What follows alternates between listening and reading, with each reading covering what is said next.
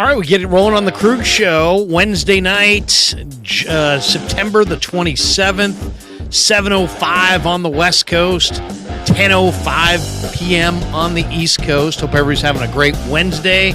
Welcome to the Krug Wednesday call-in show.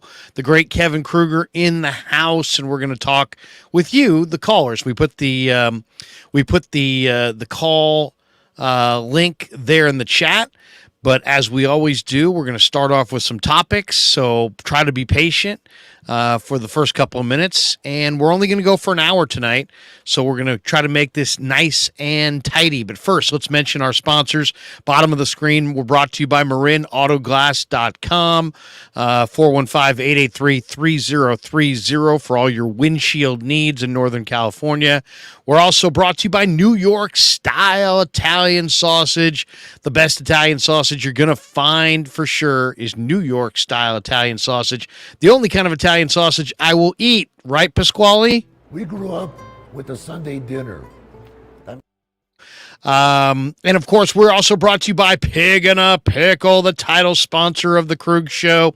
This is the Pig and a Pickle Krug Show. 2 locations, Emeryville and Corte Madera. They're open 7 days a week in both spots from 11 a.m. till 8 p.m. or until they run out. Pig and a Pickle, the best barbecue there is.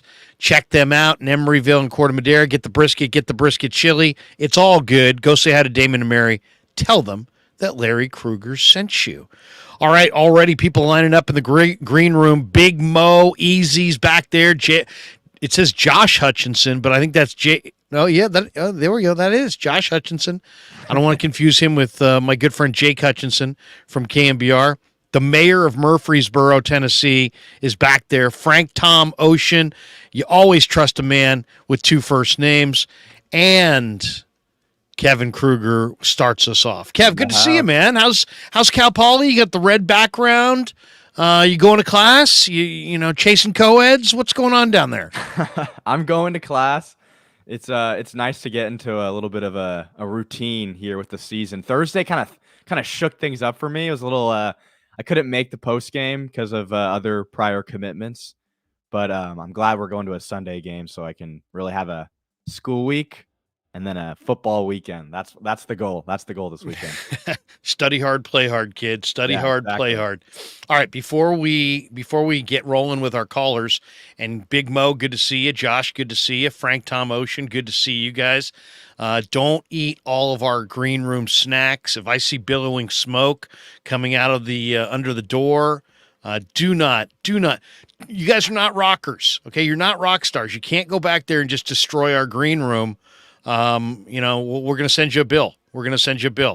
Okay, Kev, fire away with our questions to start the show before we hit the calls. But before I start the questions, just want to promote the Spotify and the Apple Music audio. The audio version of the show? Yeah, I'm promoting it. I'm promoting it. I think people don't really realize because we've had it off for so long, but every time I'm just going to say that.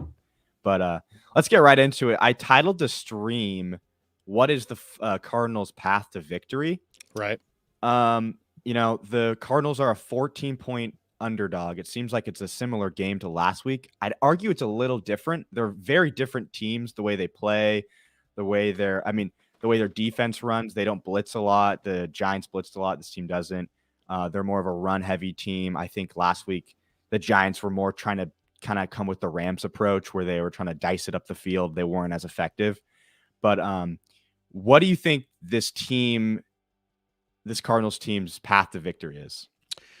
Definitely what they did last week against Dallas. Run some more with James Conner. I think they racked up 222 rushing yards, 7.4 yards per carry. They beat Dallas. If the Arizona Cardinals can get a few explosive plays, run the hell out of Conner, and maybe get a turnover or two, they absolutely can beat the Niners. That's their path to victory right there. As far as blitzing Brock Purdy, I think teams are going to hesitate to blitz Brock Purdy after the way the Niners quarterback showed last week that he could handle the blitz. The Giants dialed up a bunch of exotics in week 3, and Purdy and Shanahan and the Niner offense made them pay. So I don't expect to see a ton of blitz. I think they'll send 4 most of the night and drop 7. But you never know. You never know. They could mix it up. It's Jonathan Gannon, former Eagles coordinator. I talked to Braden Willis today. I asked Kyle Shanahan a little bit about Gannon. He said, he's doing a lot of the same things he did in Philly last year, albeit with a little bit lesser personnel. They didn't say that, but they kind of intimated that.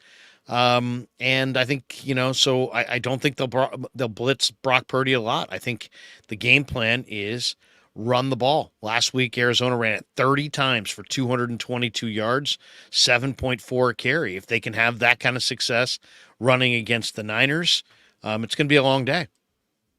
You're 100% right. James Conner, 5.2 yards per carry. Like you said, 222 yards on the ground, 30 attempts, 7.4 carry, 2 touchdowns. When I was going into a little bit of a just statistical deep dive, I noticed that the Niners haven't allowed over 100 yards of rushing to a specific running back in 36 consecutive weeks, right? Wow. James Conner had, I think, over 100 yards last week or close to it. I think he's had back-to-back 95-plus 100-yard weeks. A little bit of trivia. Do you know who the last 100-yard rusher was against the 49ers 36 weeks ago? AFC or NFC? NFC.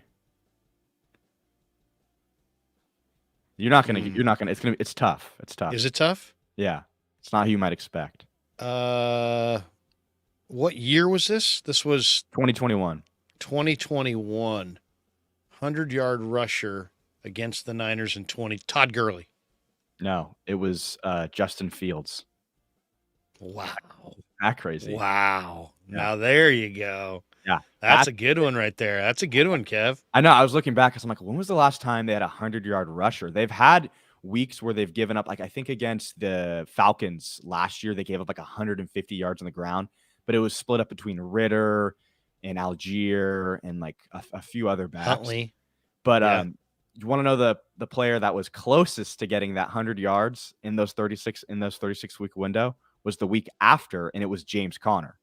James Conner, week 9 of 2021 against the 49ers, had 21 carries for 96 yards, 5 receptions for 77 yards, and 3 touchdowns. So he had a monster day in 2021 against the 49ers. It's a far cry from the Chip Kelly era when Bilal Powell went for 100, Reuben Drones went for 100, Jacquizz Rodgers went for 100. Anybody was running for 100 against Chip Kelly's in the Chip Kelly era. All right, let's get to our questions. What's question number 1 after that one? Yeah, so this one's we stole from Niners Nation, but it's an interesting one, and it's this question. We'll steal. We've been known to steal. Hey man, we break the commandments. All fair game. It's all thou fair shall steal. Oh, okay. Okay. Go ahead. The question is, who is the most underappreciated 49ers player through 3 weeks? In this poll, they listed 5 players. You can give me a 6th one if you don't take any of these, but their 5 players are Deommodore Lenoir, Aaron Banks, Deshaun Gibson, Javon Kinlaw, and Jake Moody. I think it's Deshaun Gibson. I mean, he gets, he's physical. He's a key cog. When they got him, I thought he was just a guy, but he's more than a guy. He's got great ball skills. He's a tough guy. He's in the right place at the right time. I don't think you ever really think about him as a great player. He's on a defense with lots of great players, but he's got sticky hands. He's got close to 35 career interceptions. So to me, it's between Gibson and Kinlaw, and I'll go with Gibson. Yeah, I agree. I'd go Gibson or Banks. I think Kinlaw's gotten some flowers in the last weeks. I know that we've given him our flowers. At least today, we put out a video about him, and he's our guy, man. He's our guy. No, he's had a lot of good pressures, but Gibson is smacking people on the field, and he's making plays, and people are just kind of taking it for granted. So I'll agree with you there. Moving on. That's question 2. What's question 3? Question 3. Peter King said this today. Why can't people accept the fact that Purdy, who's played more than 3 quarters in the NFL in 11 NFL games, is 11-0 in those games, should not be defined by the fact that he was the last pick in the 2022 draft? His passing line in those 11 games is 0.669 completion rate, or a 0.669 completion rate, 2,021 yards, 20 touchdowns. What's your take on that? Well, I mean, it's the ultimate judge the book by the cover, right? He's a smallish guy, and he has kind of narrow shoulders, so he looks. A lot of people just look at him and go, he's not much. He can't beat you. But then you realize he's smart as hell. The ball comes out on time with accuracy. He processes what he sees. To me, that touchdown that he threw to Ronnie Bell, I wanted to ask Shanahan about it today, but I couldn't get the question in. To me, that was one of the great plays we've seen this year. I mean, Giants bring a 6-man surface. They brought six. The Niners only had 5 blockers, so you had a free runner off the defensive right side coming at Brock Purdy. He had to get rid of it quick. He threw it before Ronnie Bell had planted his right foot and was breaking on the out to the cone. He threw it right to the pylon and threw it right. I mean, it was one of the great anticipatory throws that I've seen. I haven't seen a 49er quarterback make a throw with anticipation like that since Steve Young. And that was phenomenal. It was absolute dime. It was a great catch, too, by Ronnie Bell, who also got the 2 feet down. I would say it's people judge the book by the cover. They see kind of a smiley face, smallish guy, and they think that either he's not tough, which is the furthest thing from the truth. You can't see inside a guy's head, so they don't realize that he's smart as hell. You can't really measure a guy's competitiveness from everything that makes Brock Purdy special cannot be measured. Yeah, he's a special competitor. He's a special processor. In the things where you look at him and you're like, nothing kind of tangible. narrowly built, 6 feet and change, doesn't have a huge arm, will make a throw or two a game that's kind of wobbles. But you know what? What you don't see is what makes him super special.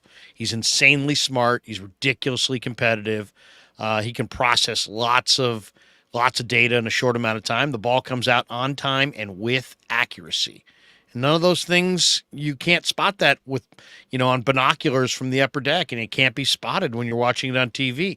If he looked like Herbert, if he looked like Lawrence, if he looked like Mahomes, if he looked like Allen, they'd give him his love. They'd give him his flowers. But because they look at him and he doesn't look like much, I'll tell you, I learned this long ago. I was a bank teller in college, all right? And it really taught me that you cannot judge the book by the cover. I'd be standing there and somebody would walk up and they would look, they had a Rolex and a 3-piece suit and they looked awesome and their average daily balance was negative $3.72. Then somebody would come up and they were dressed in garbage bags. They smelled like crap. They looked awful, and they had $275,000 in their checking account. It just was a lesson to me. Don't judge somebody's worth by their look. Well, the same thing. I mean, we always say it. It's a saying, don't judge a book by its cover, but that's what we do. That's what we do. We judge people by how they dress, what they look like, how their hair is cut, how they're groomed. We judge. We just do. And just the way it is. And we judge him as ordinary, middle-of-the-road guy, and yet he's got some extraordinary traits. Yeah.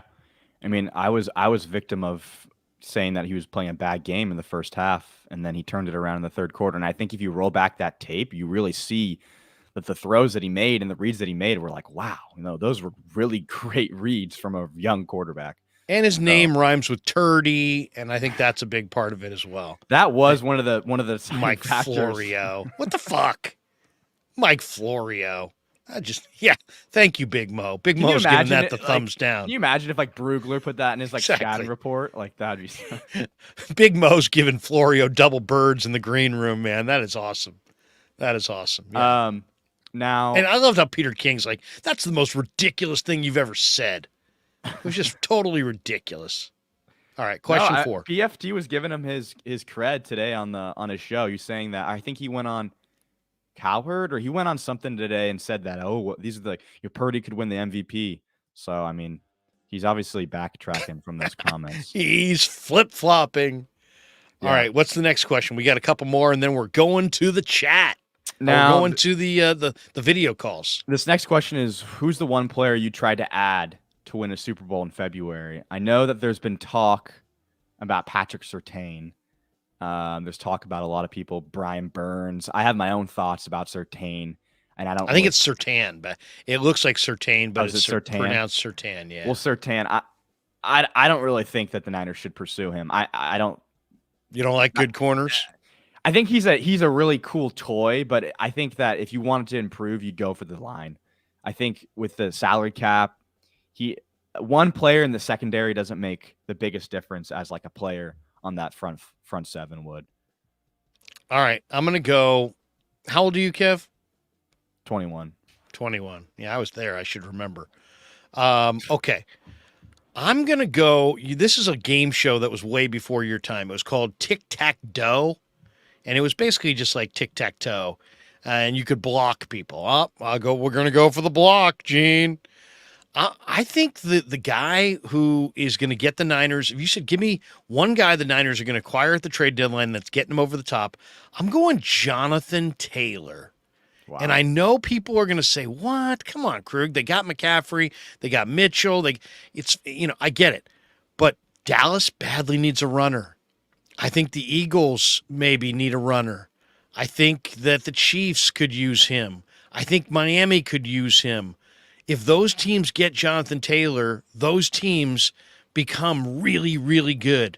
Taylor's a free agent at the end of the year, but guess what? I've seen enough football in my lifetime to know that you win in football when you have the best players who touch the ball. Dallas was Dallas in the 90s because of Emmett and Aikman and Irvin, the triplets. The Niners last won a Super Bowl because they had Steve Young, Ricky Waters, bar none, Jerry Rice, John Taylor, Brent Jones. They had great players in other spots, don't get me wrong. But the guys who handle the football mean everything. Mahomes is one. Why? Because he's got Mahomes, and Tyreek has been there, and Kelsey. And Brady won all those years. Why? Because he had Edelman and Gronk and Brady. I mean, the guys who touch the football mean everything. Look at Miami's turnaround with all their skill position guys. If Miami gets Jonathan Taylor, they could win. If Dallas gets Jonathan Taylor, they could win. If Kansas City gets Jonathan Taylor, they can win. I think if I'm John Lynch, I make the trade for Jonathan Taylor, and the Niners could offer J.P. Mason or Ty Davis Price and a second-round pick and probably get that deal done. They could offer Elijah Mitchell and a second-round pick and probably get that deal done. You give me Jonathan Taylor as another weapon. I mean, the Niners are going to need some more help. Maybe at defensive end, maybe at corner, maybe at O-line, but those are more waiver wire picks or pickups or smaller deals, like, for seventh-round picks, like Charles Omenihu or Jordan Willis. But if you really want to have a difference maker, it's the guys who handle the football. And to me, it's keeping Jonathan Taylor away from those other teams. He's that special. I would make the trade just to block him from going there. And that's the key guy. If you're making that trade, is it more on the defensive side, like just to not let anyone else get him? Because you already have like one of the best running attacks in the entire NFL without him. Yeah, but McCaffrey takes a lot of abuse. And, if you had another, to me, you look at your weapons. You got Debo, you got Kittle, you got Ayuk, you got McCaffrey. If you could use McCaffrey and Jonathan Taylor in the same backfield at times, or if you could use a little bit of Taylor, a little bit of CMC, I think, Jonathan Taylor's special. He's really special. And I don't think J.P. Mason is, and I don't think Ty Davis Price is. But you would take Taylor over an edge rusher or... I would, because I think tackle. You can get, like right now, you could sign Melvin Ingram today. You could sign Jason Pierre-Paul today. You could probably trade a seventh-round pick or a sixth-round pick for somebody that you like. There's probably some good edge rusher. I'd love to poach Tyrus Wheat off Dallas's practice squad. There's good guys that you could get for cheaper.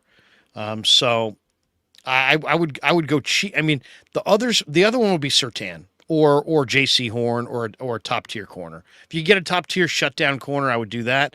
But to me, it's about the skill position guys. And I would try to get Taylor so he doesn't go to Miami, doesn't go to Philly, doesn't go to KC, doesn't go to Dallas. Okay. I'll leave it there. I really just think if you really want to elevate this team, you would go edge. You're wrong. No, okay. That's fine. That's fine. Which team is the biggest threat to the 49ers Super Bowl hopes? I'll give you the current Super Bowl odds. Yeah, what do you got? 3 weeks. First is the Niners plus 550. Second, they're the favorite. Favorite. Second is KC plus 700. Eagles plus 700. 600 for Chiefs. Plus, yeah. Sorry. So it's basically Niners at 5.5 to 1. Chiefs at 6 to 1. Eagles at 7 to 1. Bills at 9.5 to 1. 9.5 to 1. Cowboys 10 to 1. Tied with the Dolphins at 6. And then 7 is Baltimore at 14 to 1. Bengals 17 to 1. Lions 22 to 1. And Kansas City. Browns 26 to 1. It's Kansas City. Liars. I hate the way this sounds, but Liars says Chiefs will be our daddy until proven otherwise. Thank you, Pedro Martinez. Yeah. Want to know the most shocking thing about this Chiefs. list? The most shocking thing about this list is the Bengals are the 8th highest odds, and they're 1-2, and they look terrible. They look terrible. I'm more scared of the Browns. Yeah. Myles Garrett. The Browns defense has been Myles good. Freaking Garrett. My God. He's amazing. I still think the Eagles are a threat. I mean, obviously, they're the third best team in the NFL according to these rankings, but I wouldn't. Oh, which one's the best though?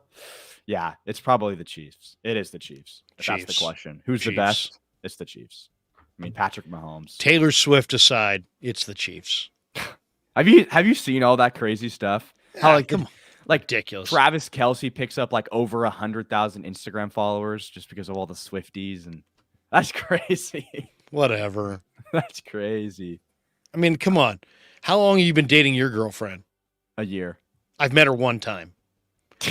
Travis Kelce's been dating this girl for like 90 minutes. He's already meeting her mom. He's already introducing her to his mom. I mean, come on. I mean, I didn't introduce my wife to my parents for a long time. That's a rookie move by Travis Kelce. That's freshman year high school shit. Come on, what are we doing here? Yeah, I mean, you don't want to introduce mom to the girl too soon.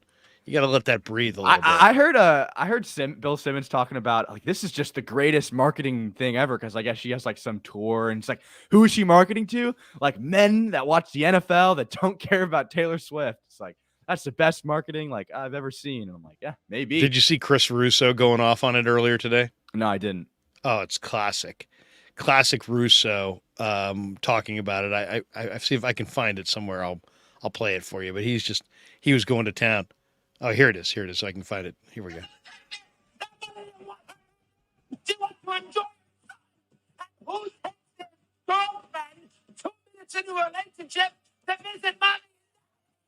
It's kind of cutting out.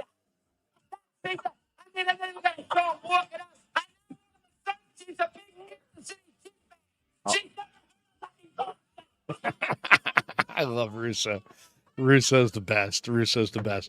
All right, is that it, or we have one more, and then we're going to the calls? Or is that it? I think that's it. Okay. No, there was one last one, wasn't there? Wasn't there a Debo or Ayuk, play or sit? Debo or Ayuk? You want to play or sit Debo or Ayuk versus the Cardinals? I would sit him. You got Tay Martin, you got Juwan Jennings, you got Ronnie Bell, you got Kittle, you've got other weapons, and you got Dallas looming, and it's a long year. Debo's got a bum knee. I asked him today about it in the locker room. I said, did you bang that on the sideline early in the first quarter? He said, I don't know where I heard it. So he's got a knee bruise, and he's got kind of rib pain. Ayuk's not 100%. I think you can win this game against the Cardinals. You're going to win this game on the defensive side by limiting the James Conner, limiting the Cardinals' explosives. I'm resting those guys. Yeah, it puts a lot of pressure on Purdy, but run the hell out of the football and throw it to Ronnie Bell and Tay Martin. See if you can get it done. I would do it. I would sit him. If Debo doesn't play, it seems like Ray McLeod would take over his spot. And that's fine. Use Ray. When Ayuk's gone, it's Ronnie Bell. I feel a little bit better with Ronnie Bell as a replacement for Ayuk than the other way around. As like we saw last week, Ronnie Bell is actually pretty good receiver. His hands, his hands are good. He plucked that ball in the end zone. He's a really good receiver. And I Tay don't know. Martin, someone said it didn't Tay get claimed. No, I saw him in the locker room today. He's on the practice squad. I don't know how comfortable I'd feel with saying, "Oh, take the week off. It's the Cardinals." That just seems like it sets up everyone's calling it a trap game. I agree, but I'd also call it like a sandwich game because you're coming off a game Thursday Night Football. It's the national media, and then next week you have the Dallas Cowboys. So you're kind of in this middle spot where you're playing a bad team, and you're just like, do we have to try? It's human nature to be like, oh, this week's going to be easy. So I think I would be PMG says flex out McCaffrey and run Mason and Mitchell. I'd just be hesitant to want to sit those guys. No, I know, but I mean, it's a long year, and I think, do you really think they have to have those guys play and to win? I don't. I think they can beat them without those guys. Yeah, I mean, I still, I agree. It's a home game. They should win without them, but it's a division game though. Division games are always tight. All right, let's do this. Let's mention that we are brought to you by Mojo Fantasy. The Krug Show brought to you by Mojo Fantasy. Mojo Fantasy has introduced a whole new way to play fantasy football this season, and people need to join us and play fantasy football by using Mojo. And let me just read it once again. Today's call and show brought to you by Mojo Fantasy. Mojo Fantasy has introduced a whole new way to play fantasy football this season. It works by entering into contests and building a portfolio of players. And the props you pick then act like stocks, and you can buy and sell player stock live all game long or just let it ride. And this week, Mojo Fantasy is giving an exclusive 100% profit boost on this Thursday Night Football's matchup between the Lions and the Pack from Lambeau. Use the link in the description and make sure you use the promo code KRUG, KRUEG, and get up to $100 matched on your first deposit. And that is 100% profit boost for Thursday Night Football. All right, mojofantasy.com, promo code KRUG, KRUEG. Take advantage of that. They're giving you a free $100. It's time for calls. What's that? Time for the calls. Play the Johnny C? Should we play the Johnny C to start let's it get off? everybody fired up. Just, one of my favorite calls so far is Johnny C from Vegas. Here we go. Let's see if you can top the great Johnny C. Let's go to Johnny C. Let me try, Larry. Okay, so Larry, here's the deal. Larry, honestly, Larry. No, but Larry, I gripe here though, Larry. Here, Larry. Larry. And now Larry. I mean, Larry, but here's the thing, Larry. What do you think? I think they're going to sign Jason Peters. How old is he? He's 40, but and Larry, Larry. I mean, Larry, I wish I could, Larry. Johnny, we're going to have to jump. Here's the thing, Larry. Larry, how many times have you used my name? All right, we go to Big Mo. EZ. What's up, Big Mo? How are you, man? I like the bling, man. Aloha, gentlemen. Aloha, Larry. Aloha, Kevin. How you guys doing tonight, my brothers? We're doing great. Now, you're in Hawaii? I'm from Hawaii, but I live in Vegas now. Live in Vegas. Okay. So I'm probably going to see Johnny C around here somewhere. he'll be walking down the street. So, Big Mo, what's on your mind tonight, man? Good to see you. All right, gentlemen. Thank you for having me on again. And I do have some things that I wanted to talk about. I wanted to bring up a point about Kevin's point that he had brought up, where we was talking about the trap game with Arizona. And you know what? I think Arizona beating Dallas was a blessing in disguise for the Niners. You know what I mean? Because that was a wake-up call. If we thought we were going to have that game easy, you better wake up and smell the coffee, because that definitely ain't going to be easy. And as far as for Arizona's aspect of it, the one thing I worry about is quarterback contain. Because, as far as for the Niners, man, I've been a Niners fan a long time. You guys have been too. For some reason, I don't know what it is, but we cannot seem to stop the quarterbacks rushing. You know what I mean? It's like, we got to stop Dobbs. We got to make sure we shut that down. I'm confident in our defense that we can. But that always seems to be an Achilles heel with our team. Mariota did it to us last year.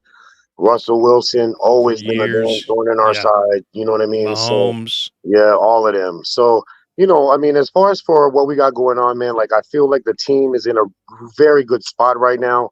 You know what I mean? But it's always in the back of my mind about them quarterbacks. They just get off on us, and it's just like, you're killing us, brothers. You're killing us. Yeah. Oh, well, I mean, and look at that box score last week against Dallas. Dobbs threw for only 189, but he ran 6 times for 55 yards.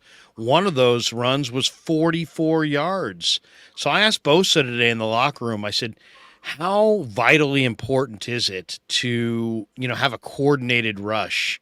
And he's like, that's the key. He's like, that's the key against the mobile quarterbacks. It's like, you got to stay in your lane. You can't give them a defined avenue. You can't give them a free, you gotta coordinate your rush. The Niners love to play games up front where they're stunting and twisting and looping around.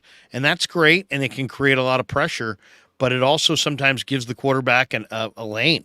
And if you give Joshua Dobbs a lane, he's going to take it.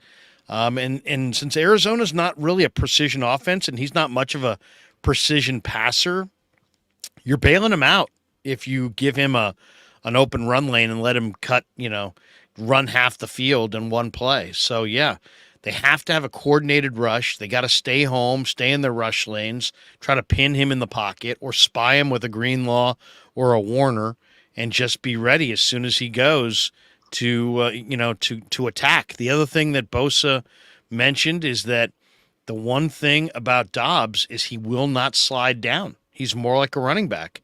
So he starts running, he's free game, and it might be a good time to put a real lick on him.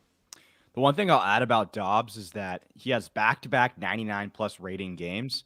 And the one thing about the pass rush that I'm a little bit concerned about or not really concerned about, I'm a little bit more concerned about the secondary.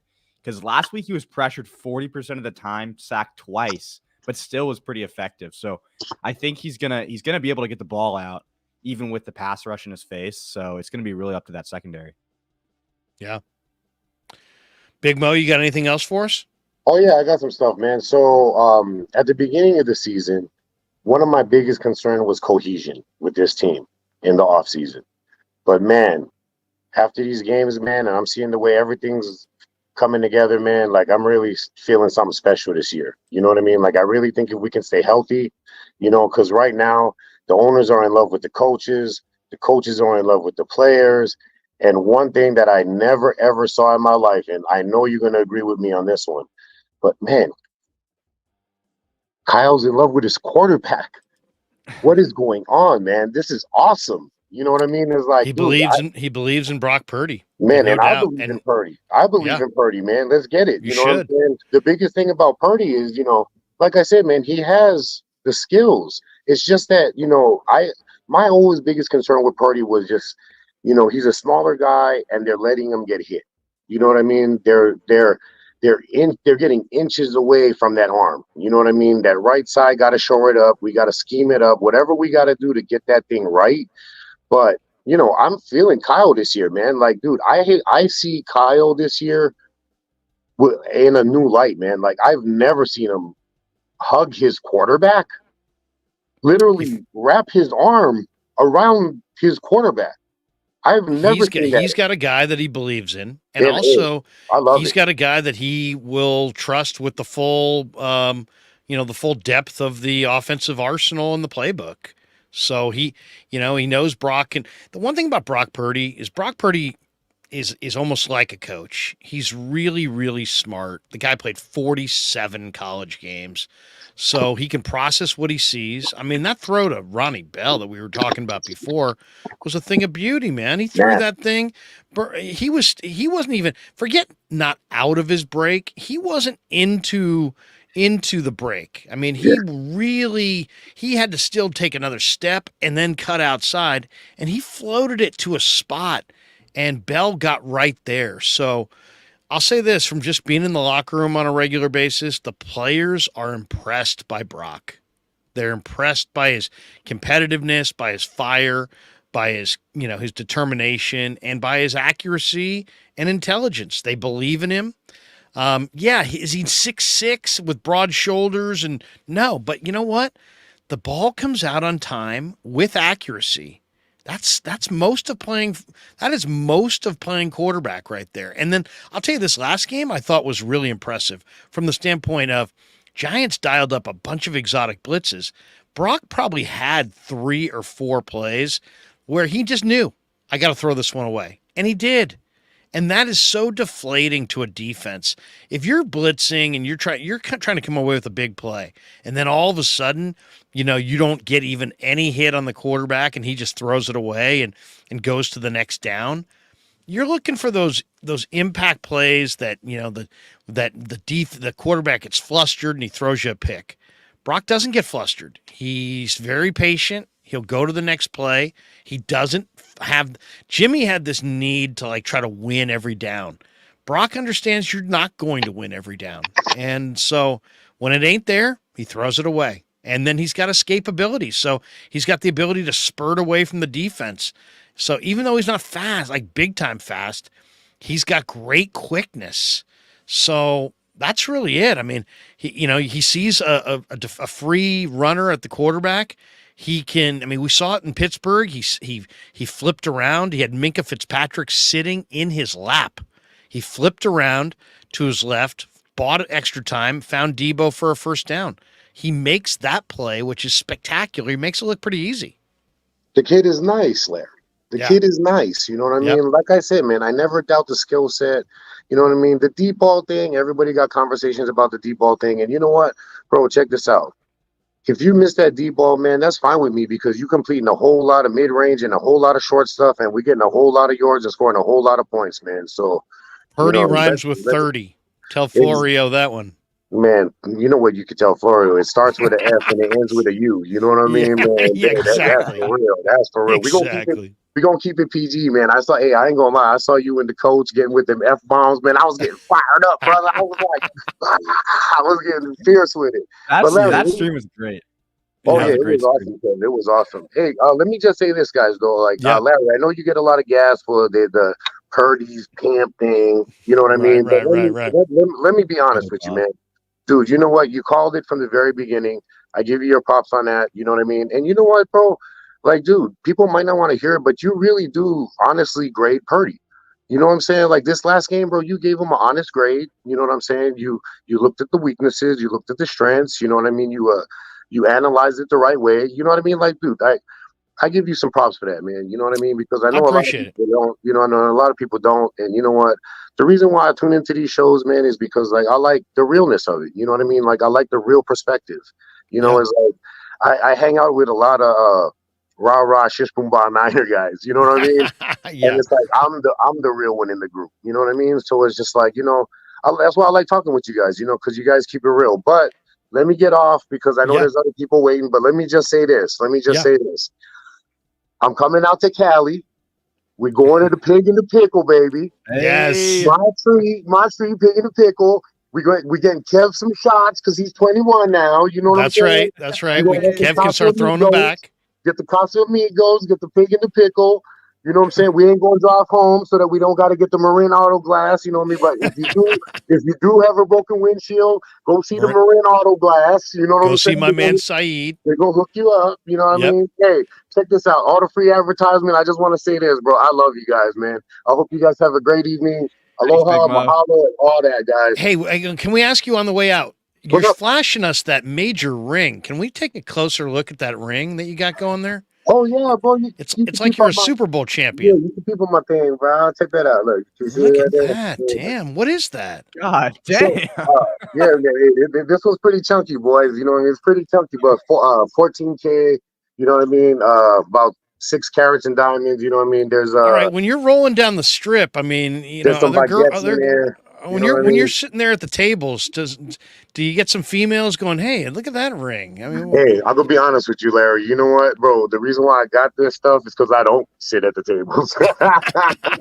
That's probably good answer. Good answer. For real. Sports betting though is my thing. I love it. You know what I mean? I'm just like you guys, bro. I'm hooked. You know what I mean? I'm cussing out the TV, all that stuff. You know, man. Hey, I was mad as hell at McVay for kicking that field goal. Bro, thank God I got it at 7. I ain't gonna lie, I got it at 7, so I pushed.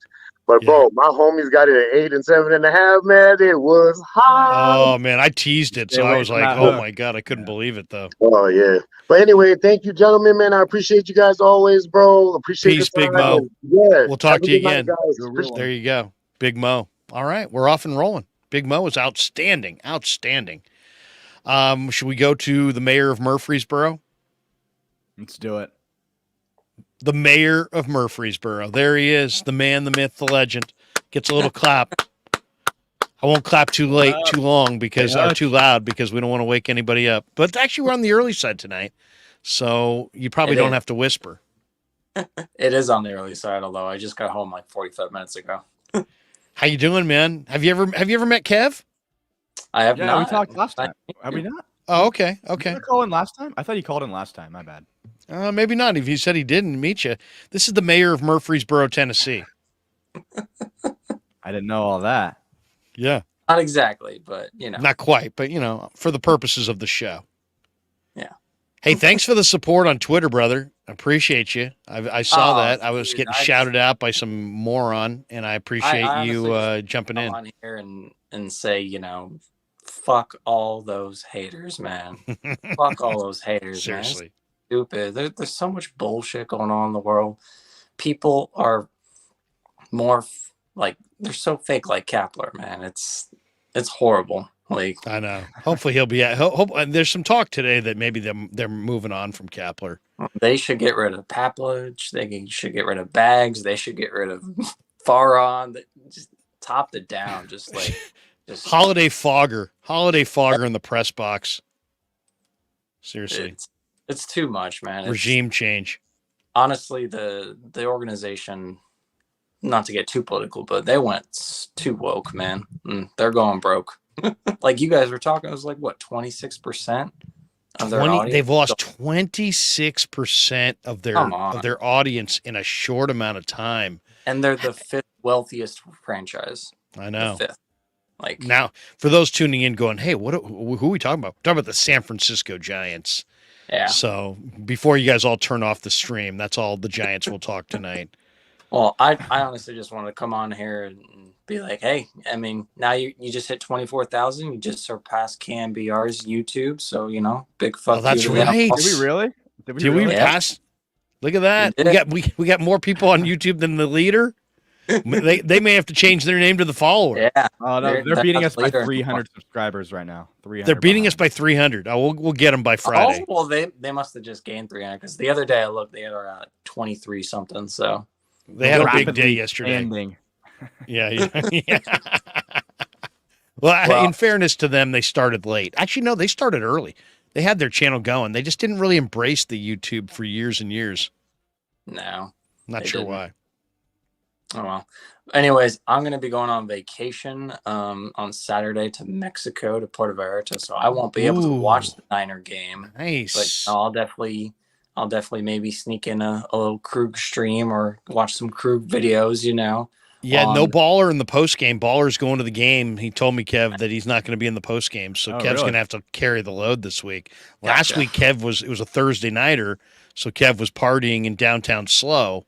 We gave Kev the night off. Now Baller's going to be partying with his friends. Kev's going to have to pick up the slack. It's kind of like, do we sit Debo and Ayuk? We're sitting Baller this week. We're going to need Kev to be Ronnie Bell. I was a healthy scratch. I was a healthy scratch last week. He goes, I may be going out with my friends, or I may be coming on after the game, mid fourth quarter. No. Dad, I'm not going to be there. I'm like, yeah, don't worry about it. Don't worry about it. I think we got it. But we had a huge post game the other night. It was like I think we had like 1,200 people in the stream. I saw. Yeah, it was a big night. It was really a lot of fun. Yeah, I think you peaked at like 1,400. Yeah, that's a ton. And we were up in the press box, and JD stopped by, Damon Bruce stopped by, and we'll have it'll be a cast of thousands again on Sunday. I saw some Giants rant, or like a clip of a Giants rant, and then I had to go to Damon Bruce's YouTube channel to find it. And that what'd you think? 30 to 40 minutes of the rant was burying the Giants' boring team and season. It's like, how come not even one single Giants beat writer or media person even just said one sentence in that 40-minute rant that you guys had? They wouldn't even say one single sentence of what you guys. Well, I mean, there's a lot of there's a lot of it's. I get it because there's a culture that's involved in day to day of like, are you with us or are you against us? And when you're kind of in baseball and you've been sitting there every day, and baseball doesn't have, it's not like the mass media is there. There's probably like 5 guys and they're all there. And so they probably feel some kind of loyalty. It is bizarre though, because the team was so bad and boring this year.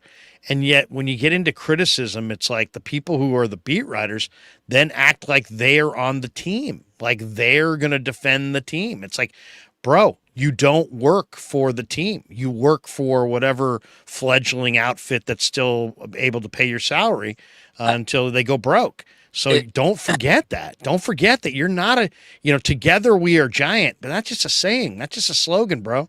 You're not actually a giant. You don't have a uni. You're not on the team. You're not one of them. So you ought to critique it. Like the guy said, hey, I picked Purdy, but I'm going to be critical because I'm not a Niner. I'm here to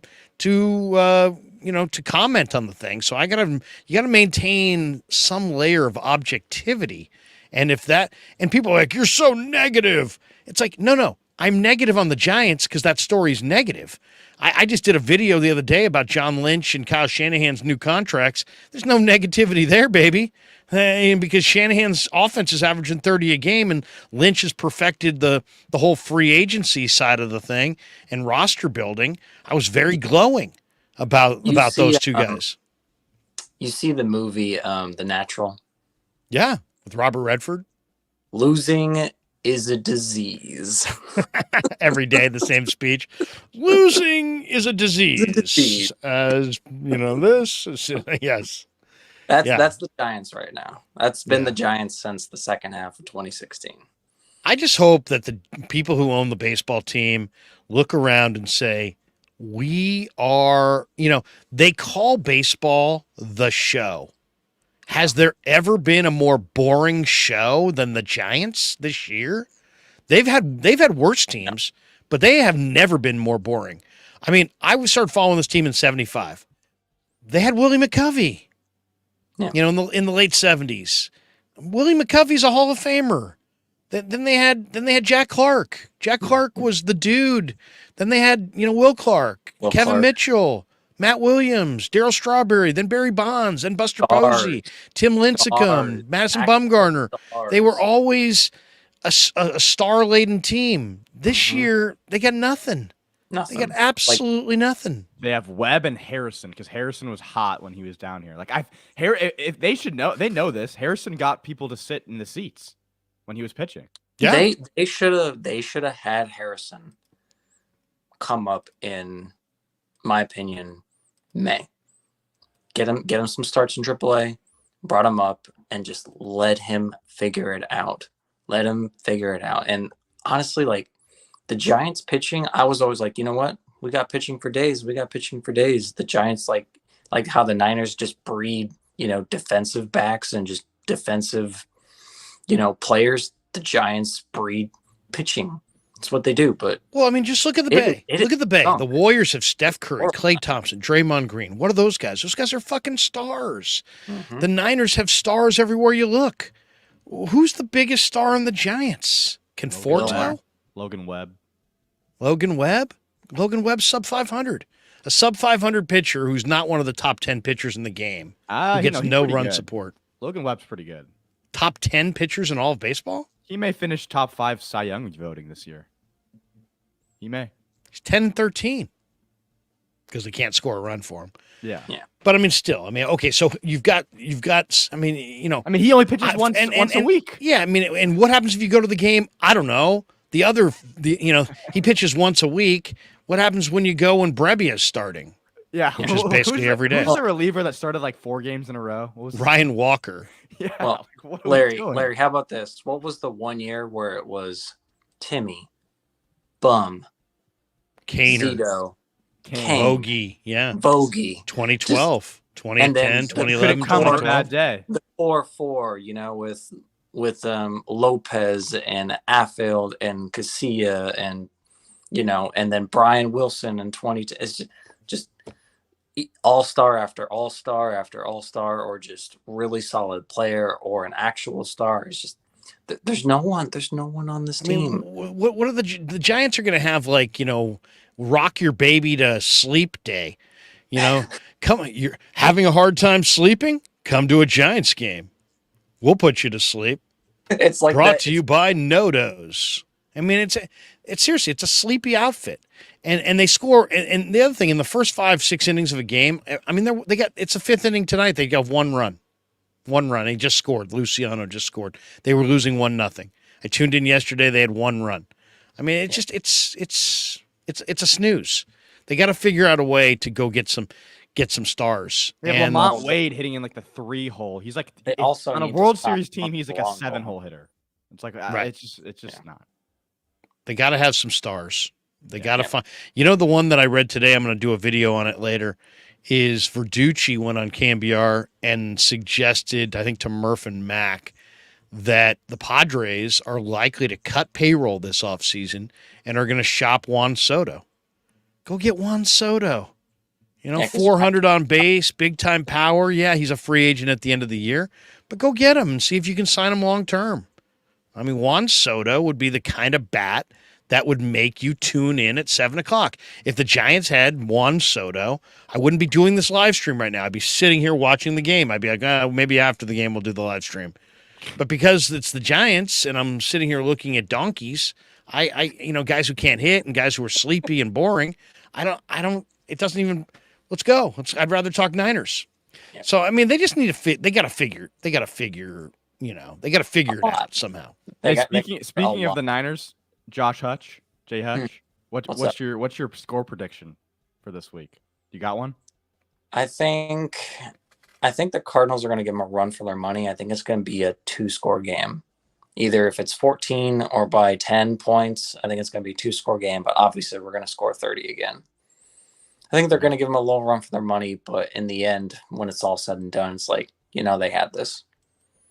So you're thinking what, 30-27, 30-24, something like that? Somewhere around 30 and maybe like 18 to 24. Yeah, around there. They're gonna get points. It's funny. It's like I at this point, it's like it's remarkable what the Niners have become. It's like since they added Purdy, they went from a team that scores in the 20s to a team that consistently scores 30 points or more. And then they still have their killer defense, and that's what makes the Niners the Niners.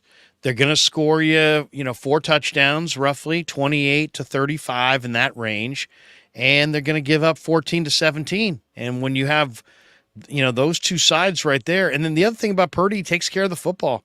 So he's taking care of the ball. The offense is putting up roughly 30, which rhymes with Purdy, and then the defense is shutting things down.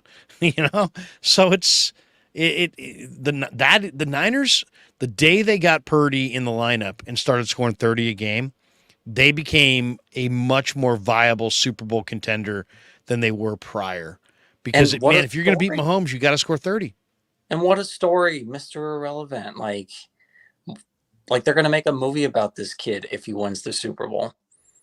No doubt. It'll be a Disney movie, too. Oh, it's going to be like, it will be. It's going to be a Disney movie. It's going to be one of those. It's going to be an after-school special. I hope it'll be HBO. That'll be better. Jay Hutch, the mayor of Murfreesboro. Jay, you got a final thought on the way out?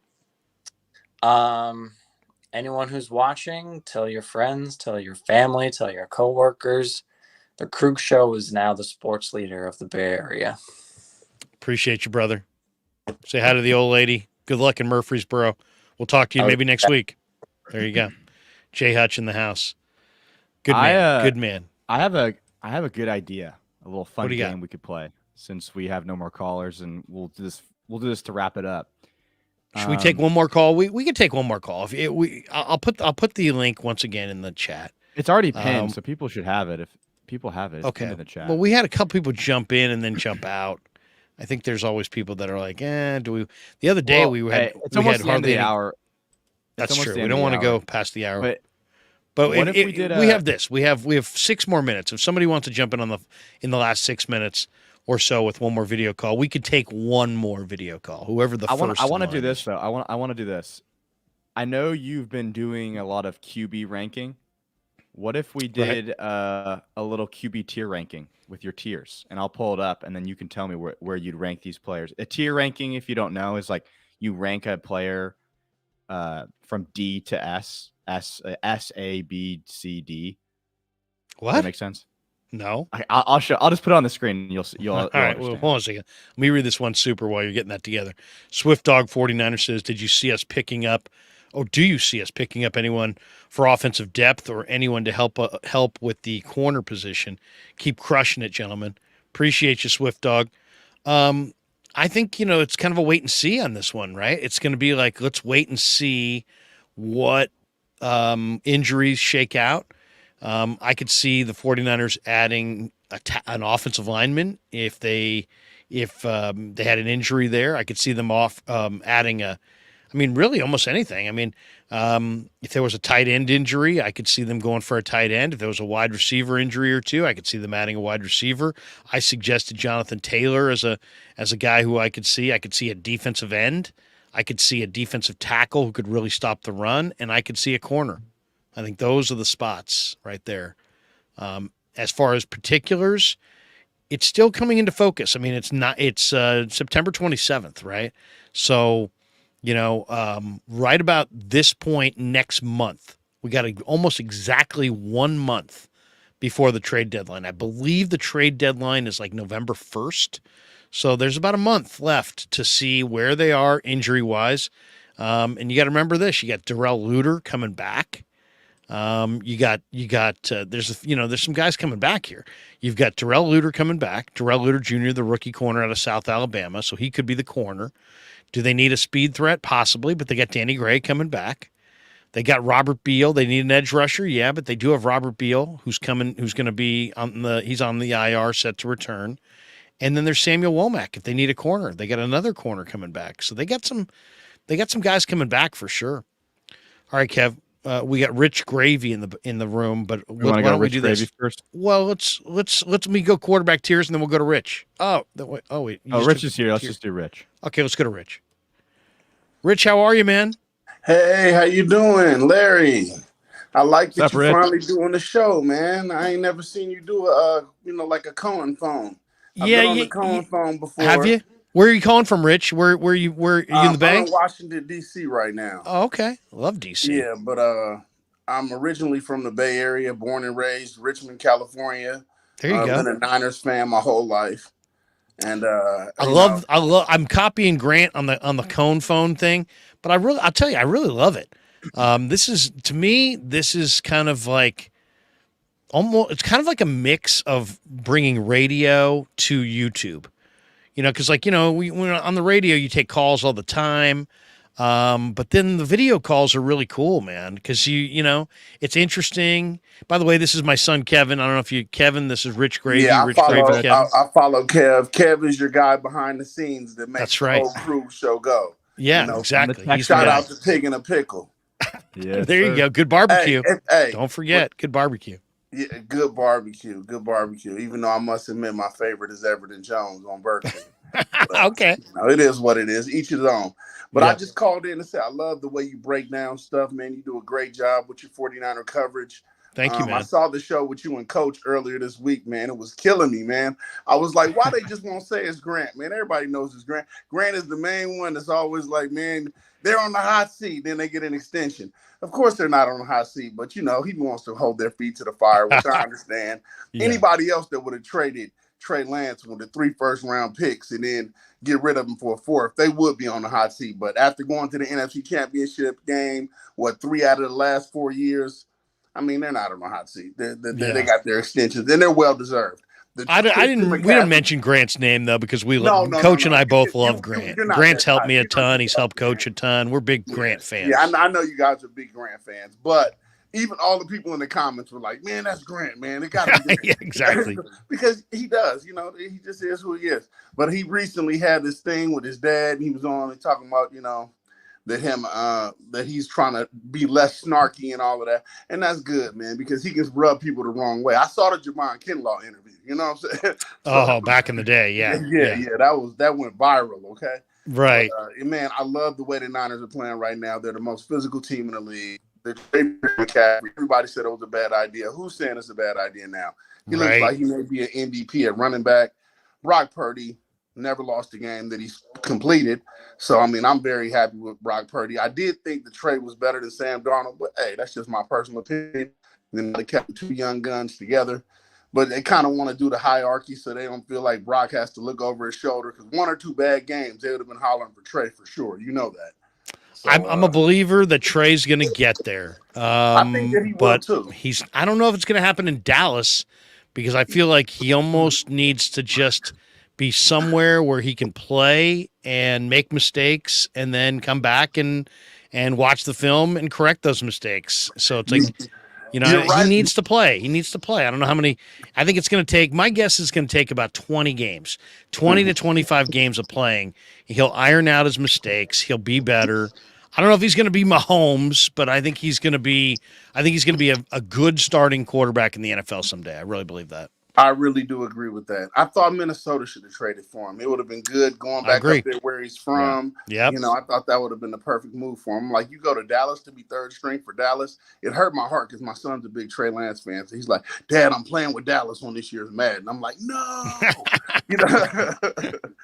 Yeah, no, and in Dallas, he's not even the backup. I think Minnesota would have been perfect. Yeah. I'm saying, why go to Dallas and be third string? Right, and the people in Minnesota would have embraced him. And then if Cousins struggled, plus they got Jordan Addison and Justin Jefferson, so he's got some serious weapons there if he's going to Minnesota. But we'll see. I get the feeling he's going to have another stop. I don't think he's going to do it in Dallas. Keeps playing bad, throwing all them interceptions and losing games, I wouldn't be surprised if they get rid of. Let me get this light. I wouldn't be surprised if they get rid of Dak and put Trey in there. But we'll see. I could see that too. He did lead the league in interceptions last year. I'm just saying. Yeah, I like Dak at Mississippi State, but Dak is pretty inconsistent. He was terrible last week. Terrible against the Cardinals. Terrible. So I know Trey could do better than that, but will he get the opportunity? That's the question. Right. I mean, it's and we'll see where it goes from here.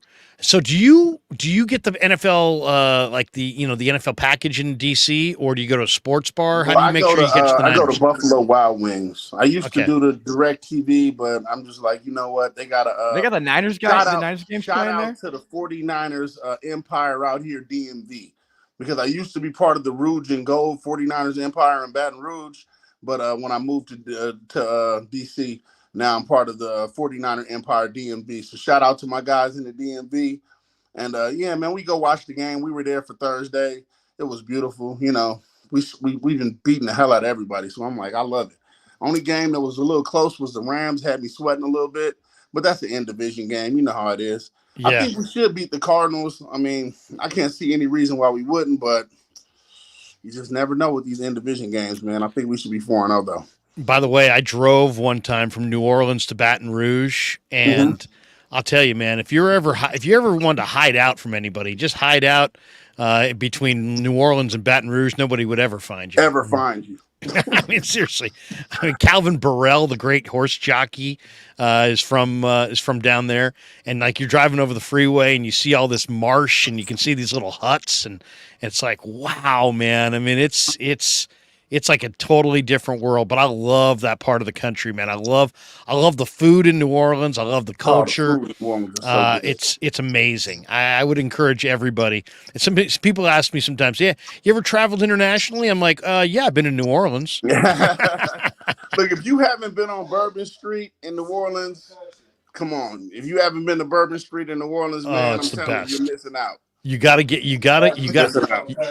some fried alligator in you. You gotta get a couple beignets. You gotta go down to the quarter and throw back some hurricanes. You gotta have a good old time. That's Louisiana. I will say this about Louisiana too, man. It's a rich culture. The food is incredible. The history. Just it's amazing. I haven't been there. I guess I was there post Katrina because I was there for the Super Bowl Niners Ravens, but I hear it's not quite the same as it was pre Katrina. Yeah, I mean it's everything changes a little bit, but it's still a nice place to go. And I recommend if you haven't been down there and gone, get you some beignets and stuff. Oof. You don't know what you're missing, man. Good eating. Yeah. While I got you on the line, I do have a YouTube channel, the 49ers Gravy Train. Please go like and subscribe. I break down highlights. I got a 49ers all-time team I'm coming out with. So let's do this. Let's put you in the center square so people can see that. Under Rich Gravy, it says 49er Gravy 2 Train. Or is it Gravy Train or is it Gravy 2 Train? 49ers Gravy Train. If I have Gravy 2 Train in there, I added too much, but it's just 49ers Gravy 49er Gravy Train on YouTube. Yeah. Everybody go over to 49er Gravy Train on YouTube and like and subscribe and support Rich Gravy. Rich, awesome stuff, man. You got a final thought for us before we jet? A little score prediction. Look, you heard it here first, man. We're going back to the ship. We're gonna win it. The quest for 6. We're gonna do that thing this year. I got a good feeling about it. I do too. I do too. Rich, thanks for jumping in, man. Thanks for the kind words. We'll talk to you soon. All right, you guys keep doing what you're doing, Kevin, Larry. Appreciate you, Rich Gravy. I like that. I like Rich Gravy. The last call of the night. Last caller here. We got Flav in the house. Sean D drops this one in though. He says new show name: Krug and Kev Show, Dual Threat Show, Krug and Krug, K2 Show, Krug's Show. Hey, what's your background tonight, Kev? I have this red light behind me. Going. Looks sharp, man. It's like this. I guess you can't really see it. Some people were like, "Turn it down," but when I turn it down, yeah. Hey, you can switch the colors. Yeah, I can. Do you want a different color? Yeah, give me a little. You got purple? Let me see a little purple. Look at that. This is the purple. You got orange? Orange doesn't look as good. Yellow? See, the red's popping. The red is popping. The red's popping. The red's like Kev could be in the club. Yeah. All right, let's go to Flav. I got a flag in the back too. Flav. What's up, guys? What's up, Flav? You get a haircut?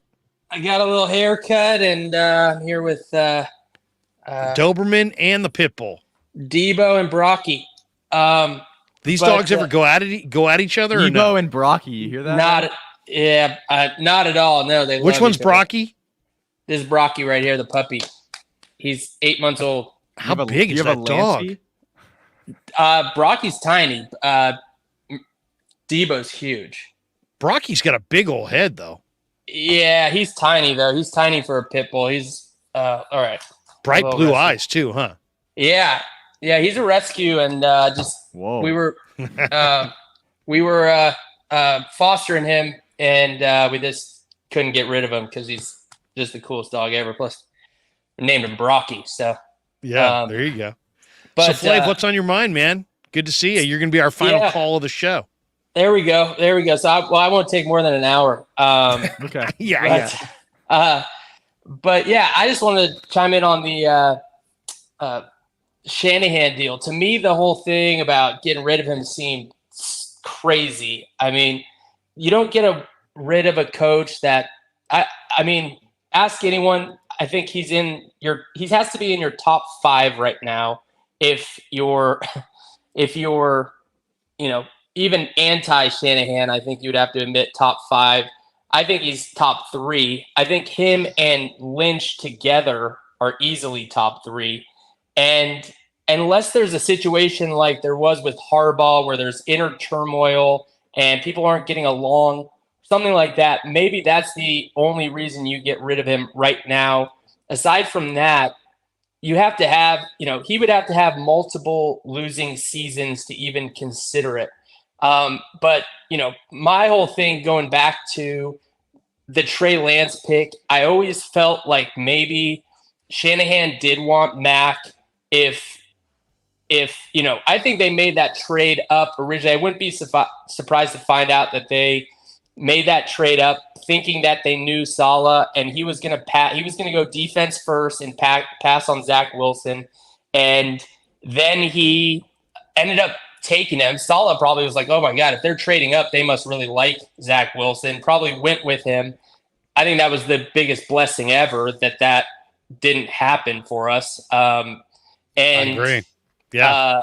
But anyways, I think I wouldn't be surprised if Shanahan wanted Mac.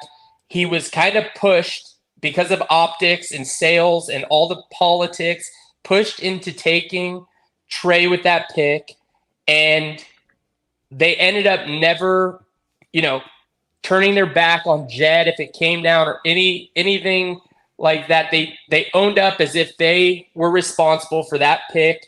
They tried their best. Yeah, they didn't throw anybody under the bus. Right. He never turned and said, "Hey, man, they told me I had to take him." Exactly. Sorry, Kev, go. No, I was saying 100% agree. I actually had a tweet about this like a day or two ago. 100% agree. A lot of people close to Shanahan would tell you that he wanted Mac Jones, and I'm pretty sure. I'm almost 99 to 100% confident that was his guy. Like that. Yeah. Trey Lance wasn't his guy. I think he was a guy that maybe he was okay with, or was like he was just settling with, and I think he was kind of pressured into taking him from Jed York and Jed York from the public. Right. So I think that got him more cred with Jed York, honestly. Exactly. And then not only do you take the guy, not only do you not throw anybody under the bus, you get the guy that you wanted to get, which was a very good quarterback on a rookie deal to keep the team together, to save everyone's asses. You save Jed's ass. And what happens? You end up finally getting rid of the Trey Lance thing. Everything is now, you won a couple games to start the season. The Trey Lance thing kind of seems like old news at this point. And boom, here's a new extension contract as a thank you for saving our ass. You kept, kept everything. We got through it, and here's your reward for that. And I would not be surprised one bit if that was a secret kind of factor into this, and with the timing of it and everything. But on the other hand, I also just think it's a smart thing, because I can't think of maybe two or three coaches that I would rather have than Shanahan. And, it's like buying a stock. You're buying a stock. You're trying to think of where it's going to be a year from now or 2 years from now. And I think it's a pretty safe bet to think that no matter what happens in the next year or two, every other team besides maybe one or two would kill for Kyle Shanahan to be their coach. And so his value is not going to go down. He's not going to be cheaper in a year or two from now. His value could easily be way higher if he wins a Super Bowl.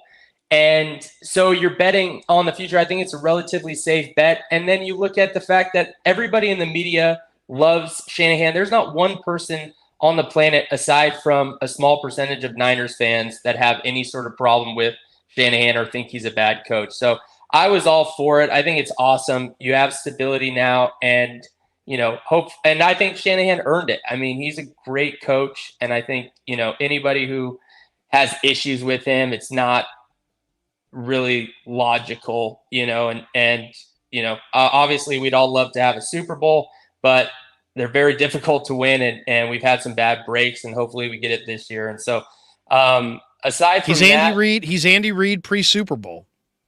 That's right. Yeah, exactly. Yeah. He's got an offense that works. His offense can produce 30 points a game. The players like him. I'll say this. I think the 49er players play hard. Whether they're playing hard for themselves, Lynch, Shanahan, I don't know. But under his watch, they bring it. And I think it has something 100%. To do with him. I think it has a lot to do with the kinds of players they draft.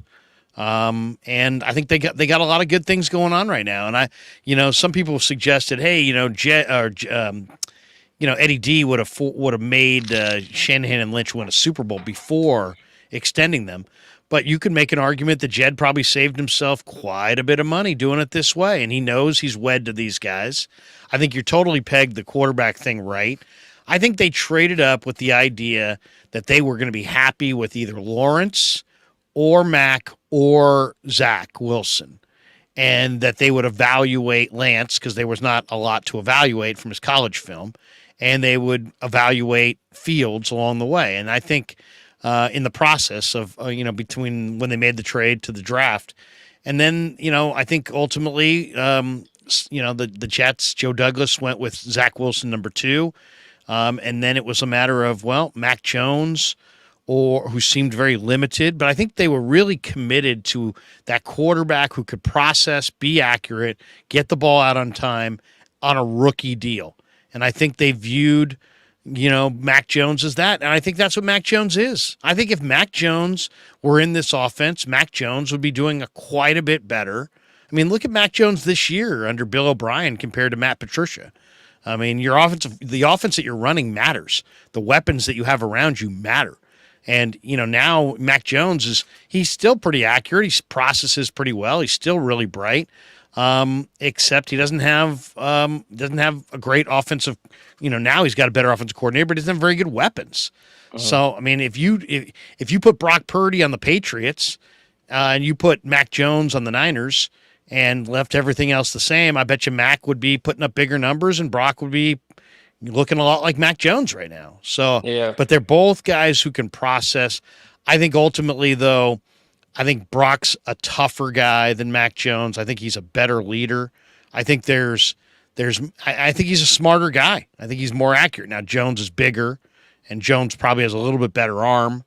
But, right now, the 49ers are in a great spot. They got a quarterback they believe in. He's scoring 30 a game. They got great depth. If they hadn't swung and missed on Solomon Thomas and a couple other picks, they probably would have a little bit deeper, better offensive line than they have right now.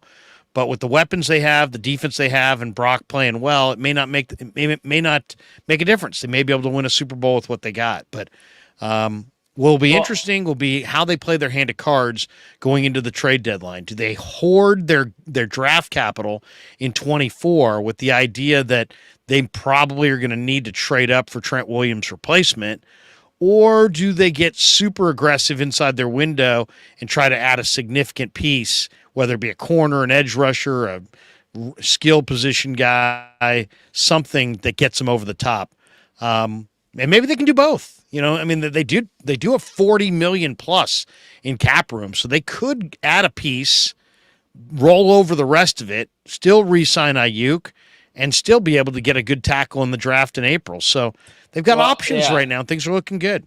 I know you like to sports gamble a little bit. I love to sports gamble. I've noticed though that a lot of people, aside from picking the right team and betting smart picks, a lot of people don't know how to actually gamble. And you'll see people when maybe they lose a few bets. They're down 500 and they panic and they'll be like, I'm gonna chase. I'm gonna chase. I'm gonna bet 500, and they lose that. Why was that word on the tip of my tongue? I wonder why. Yeah. But and then the opposite will happen. Let's say they win a few bets. They're up 500, and then they'll say, I'm just gonna bet 250 here. So that way, if I lose, I'm still up or whatever. Then they lose that, but instead of feeling like they're up 250, they now feel like they're down 250 because they just had 500 2 seconds ago. And so, but the way you're supposed to bet is when you're up, you bet big. You bet with the house's money. You bet big. When you're down and it's your money, you bet small. And that's the responsible way and the smart way to bet. And for me, the situation that the 49ers are in right now, when you're as good as they are, I think there's this feeling that, hey, we might be good enough to win. We don't need anybody else. We don't, need to do that. I think the exact opposite. And I think, Eddie DeBartolo would be going all in right now. He'd be putting all of the chips into the center of the table saying, how can I go get another player to put me over the edge? Because if you win a ring, you have this opportunity. It's very rare. You win one, who gives a shit about, the other stuff and, how long it took to figure out all of Eddie's financial issues. Who cares? We have all those championships that are now the greatest memories that, we're lucky to have.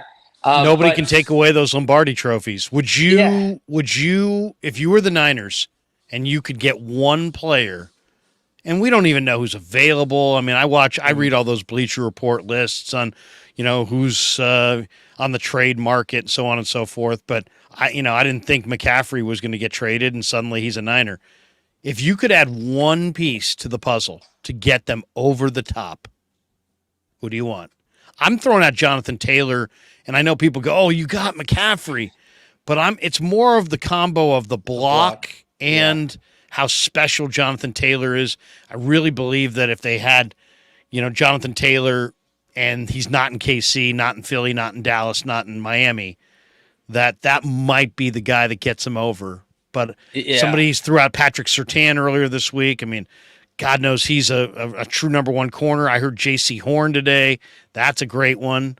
Somebody says Tristan Wirfs, Brian Burns. I mean, those are none of these guys. Nobody's going to deny any of those guys. But give me one guy, Flav, that if Lynch came up to you and said, "Give me the one guy that gets us over the top," who are you going with?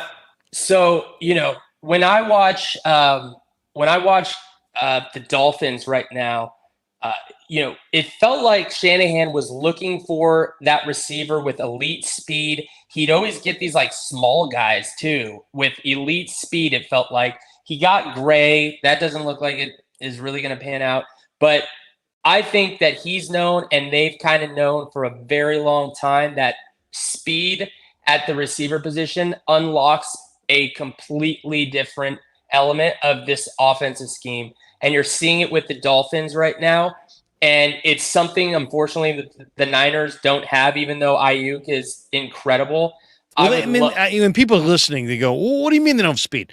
What Flav's talking about is 4.3 speed or sub 4.3 speed. To me, Rondale Moore would be a phenomenal addition. Phenomenal. Because he's he's such a winner. He's so hard to cover.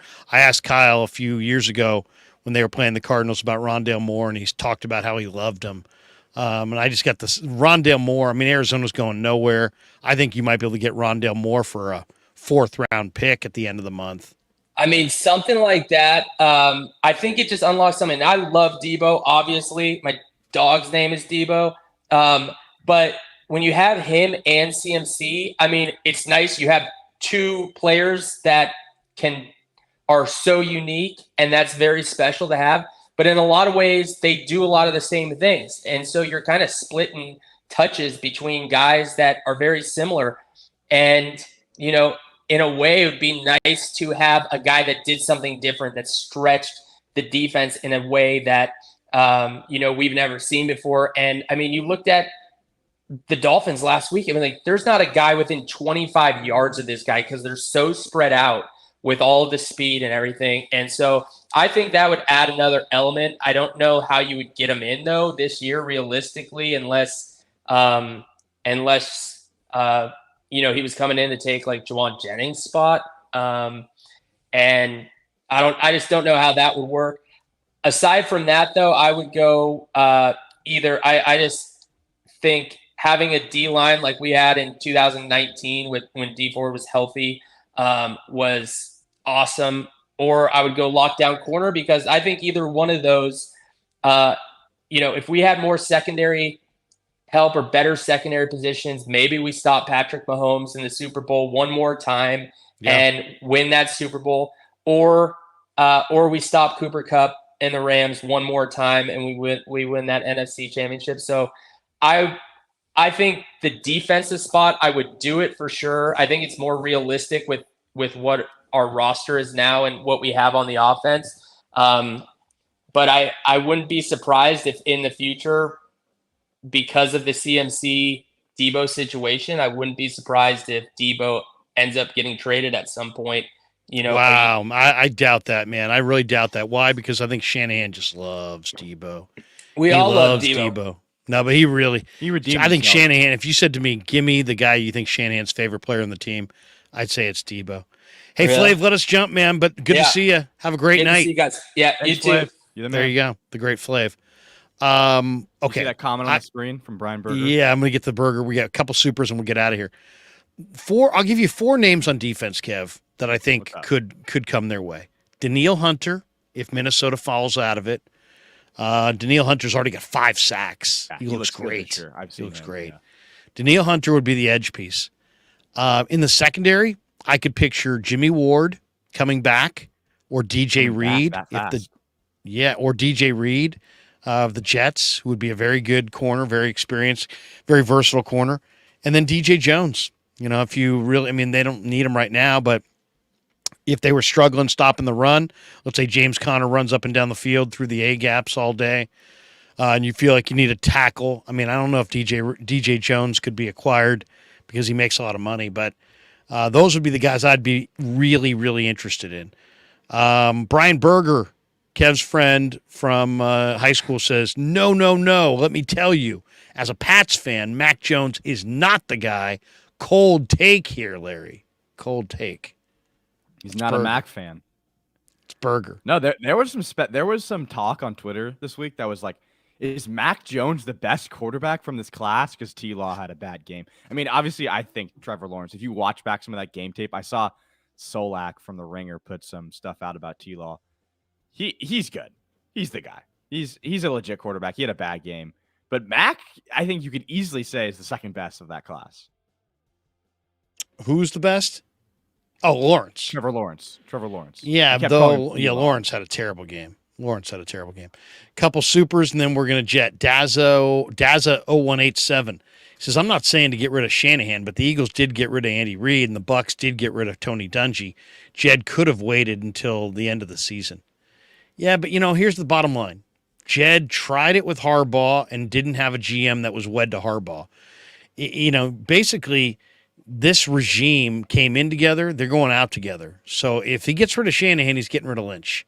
If he's getting rid of Shanahan and getting rid of Lynch, then, those guys have tremendous credibility within the sport, probably more credibility than Jed has as an owner.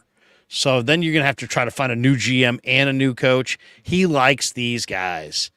And by the way, if Shanahan, by the end of this deal, will have been longer tenured run with the Niners than Bill Walsh. How about that? And we got this one also from Daza 0187. He says, Wirfs or Rashawn Slater from the Chargers. Brock Purdy just needs a clean pocket. Yeah, I think the tackle spot's going to be borderline impossible to fill in a trade. I just don't think you trade good tackles. They play forever. Both those guys that you're talking about are young. Well, if I'm Tampa, if I'm the Chargers. Was an all-time trade. That was an all-time trade. All-time trade. And we got this one from Steve O. Knows NFL. He says, fairly new to the channel. Definitely going to have to call in next time. Love the topics and the discussion. Keep it up, guys. Fire. Please call in. This one's from Steve. This one's from Berger. Any Boston fan would tell you that they'd instantly take Purdy over Mac right now. You can't have him. Can't have him, Berger. Go for a run, Berger. Go for a run. Go for a run. All right. All right, let's thank our sponsors and bolt for the door. Our MarinAutoglass.com. Love Saeed, the owner of Marin Autoglass. Give him a call, 415-883-3030. You shatter a windshield. You crack a windshield. You need someone to pop one out and glaze in a new one, sweep away the glass in a one-stop shop at a reasonable price. You cannot beat Marin Autoglass, and they serve the greater Bay Area. MarinAutoglass.com, 415-883-3030. New York Style Sausage Company. We're going to have a New York Style Sausage Company Player of the Game segment on our postgame show this week, brought to you by New York Style Sausage Company. It's the only kind of Italian sausage that I will eat, New York Style sausage, whether it be the chorizo, the Italian mild, the Italian spicy, the breakfast sausage. It's all amazing. And then also we are brought to you by the title sponsor of the Krug Show, Pig and a Pickle, the best barbecue you're going to find. Check them out in Emeryville and Corte Madera. They're open 7 days a week. You can't beat it. It's all good, but get the brisket. Get the brisket chili is amazing. And tell them the Krug sent you. I gotta put Jesse puts out there. Did Larry just say glizzy on that sponsor read? Oh, that's so funny. Did I? Did you say glizzy? No, I did not say glizzy. It was a glizzy list sponsor read. And by the way, Jesse, Thursday night, bro. Thursday night. Check out our stream tomorrow night. Jesse and I tomorrow night at 6:30. It's gonna be on my channel. It's gonna be on this channel, the Krug Show. I think it's my turn. It's normally me, Jesse, Vish. It's one of my favorite streams of the week. But Vish, I think, is traveling, so we're not going to get Vish this week. That sucks, but me and Jesse will hold it down. Should be awesome. Jesse's fantastic. Everybody go over to Last Second Sports and give him a follow. His channel's incredible. He puts out phenomenal content. He's one of the best Niner content creators there is, bar none. So I think Jesse might be the most even keeled. I mean, I find myself agreeing with like most of the things he says, which sometimes sucks for the stream because you don't want to be in too much agreement. But I do find myself agreeing with Jesse because he's pretty grounded. He's pretty reasonable. You know what I'm saying? We wind up agreeing a lot, but not on everything. And his audience attacks me, and my audience, come on, attack Jesse tomorrow night. Attack. Oh no. The one thing I've noticed is that during our call-in shows, he's always going live with the opposite content creator. So if any of you guys want to check that out. It's on Jesse's channel. I think he went live with a Cardinals guy today. Oh yeah, well Jesse does his road game, his behind enemy lines on Wednesdays. Yeah, I think he also does Grant on Wednesdays. Yeah, same time. So Jesse, we appreciate you, brother. We'll talk to you tomorrow night, 6:30 West Coast, 9:30 East Coast. Check out Jesse. He does a phenomenal job. All right, enough sucking up of Jesse. So Jesse, what else we got here? We got a couple in here that I want to get to that are not supers. But Ryan says we need O-line and D-line. That's the priority. Line of scrimmage. Okay. We got this one from Gurman Pata. Says Garrett Bowles from Denver. Makes sense as a tackle. Okay. I can see that. I can see that one. That's a pretty good one. Niners Nation says, Larry, concerned about Debo playing Sunday with the knee and the ribs. I talked to him about it today in the locker room. I said, where'd you hurt that knee? He said, I don't even know. I think it's pretty. I went and watched the All-22. To me, it was in the first quarter when he ran onto the sidelines, on the New York sidelines, and he banged the left knee hard, and it looked painful. Now, he played the rest of the game, but I think that's where the bone bruise is coming in. Now, I think he's going to go because I think Debo's the kind of guy that's going to go. I don't see too many bruises keeping Debo out of action. But I don't think they need to play him, and I don't think they need to play Ayuk to win this game. So, it is what it is. Says Larry also said that Zach Wilson's not a bust. I'll stay with that, but man, it ain't looking good right now, Kev. Yeah, that's right now. Zach Wilson is looking almost like a for sure bust. Wouldn't you say? I mean, he looks bad right now. Oh, terrible! Like terrible. Bad. Like I think he looked better during parts of his rookie year. He's getting worse. Jimbo says, "Great show, guys. Appreciate that." Here we go. We got a Cal Poly one. Jason Alvarez. Hey, Kev, please tell me you eat at High Street Deli. Yeah, there was a couple comments about where I eat. I've been to High Street. I've been to the Habit. I've been to Firestone. They're all good. I don't really go to the Habit that much, but yeah, great places. If you're in Slough, go to them. Oh, great spot. MF says, heard at 6:30 a.m. Murph and Mac discussing Larry and Baggerly's beef. Yeah, I don't want to get into that, but MF, I did text over to Murph and Mac saying, hey, man, I heard you have my back. Thank you. And they said, anytime, brother. Emily Pasqua says, if you ain't got haters, you ain't popping. Thank you. You should have just said that to Bags. You're like, if you ain't got haters, you ain't popping, and just drop the mic on him like that. You'd have no idea what that meant. Yeah. You have no idea. Was that Rico Ritchie or something? I learned it from you. I learned it from Saleh from Hard Knocks. Okay. What else? We had one here. Monty. Dobbs in a pickle this Sunday. Yeah. Last Second Sports. He says, Yayer, let's get it. Can't wait, Larry. Yeah, tomorrow night. Check it out. 6:30 West Coast, 9:30 East Coast. Good show. Let's see. David Bender. This is a good one, too. Larry, what made you choose the 49ers as your team? My dad. My dad said you're a Niner fan. I didn't question him. And they were bad, too, in the 70s. Jason Alvarez, Kevin going to Firestone Grill? Oh, Kev took me there, right? Oh, yeah. No, yeah. No, these are all, you're back in the comments. These were all comments I was looking at. People were asking me if I've been to Firestone. Been there. Good. It's good. I took you there. Oh, it's tri-tip sandwiches. Why is it so good? Because it's like shredded tri-tip sandwiches. I think the secret is the buttery bread. The bread is buttered, like really nice. Jimbo says, Kev, Larry combo taking off big time. I hope so.